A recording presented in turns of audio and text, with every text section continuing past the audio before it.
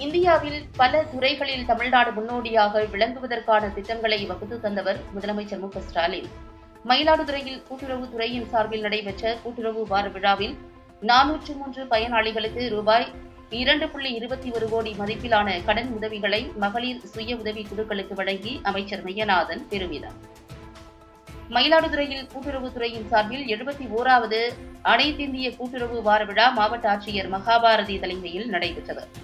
எம்எல்ஏக்கள் நிவேதா முருகன், பன்னீர்செல்வம், ராஜகுமார் ஆகியோர் முன்னிலையில் நடைபெற்ற விழாவில் சிறப்பு அழைப்பாளராக பிற்படுத்தப்பட்டோர் நலத்துறை அமைச்சர் சிவவி மெய்யநாதன் கலந்து கொண்டு 403 பயனாளிகளுக்கு ரூபாய் 2.21 கோடி மதிப்பிலான பல்வேறு கடன் உதவிகளை மகளிர் சுய உதவி குழுக்களுக்கு வழங்கி பேசினார். அப்போது அவர் கூறுகையில், அனைத்து அடித்தட்டு மக்களும் உயர்வதற்காக இந்தியாவிற்கே வழிகாட்டக்கூடிய திட்டங்கள் தமிழ்நாட்டில்தான் இருக்கின்றது.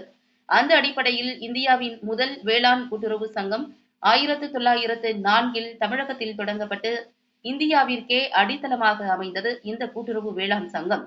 இன்று தமிழ்நாட்டில் 23,661 வேளாண்மை சங்கங்கள் மிக சிறப்பாக செயல்பட்டுக் கொண்டிருக்கின்றன.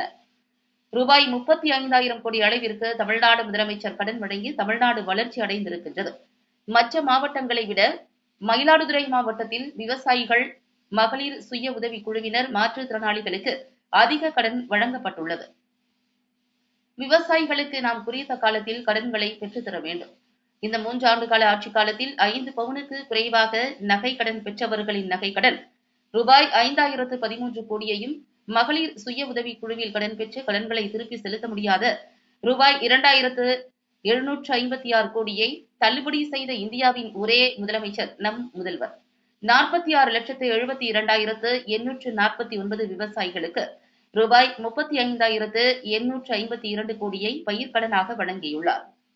இந்தியாவில் பல துறைகளில் முன்னோடியாக இருந்து வருகிறோம். அதற்கான திட்டங்களை வகுத்து தந்தவர் தமிழ்நாடு முதலமைச்சர் ஸ்டாலின் என்று தெரிவித்தார். பின்னர் வார விழாவில் நடைபெற்ற பேச்சுப் போட்டி, கட்டுரை போட்டி, ஓவியப் போட்டிகளில் வெற்றி பெற்ற பள்ளி, கல்லூரிகளைச் சேர்ந்த 21 மாணவ மாணவிகளுக்கு அமைச்சர் சிவவி மெய்யநாதன் பரிசுகளை வழங்கினார். முன்னதாக கூட்டுறவு சங்க கொடியை ஏற்றி வைத்த அமைச்சர் பரதநாட்டிய கலை நிகழ்ச்சிகளை கண்டு ரசித்தார்.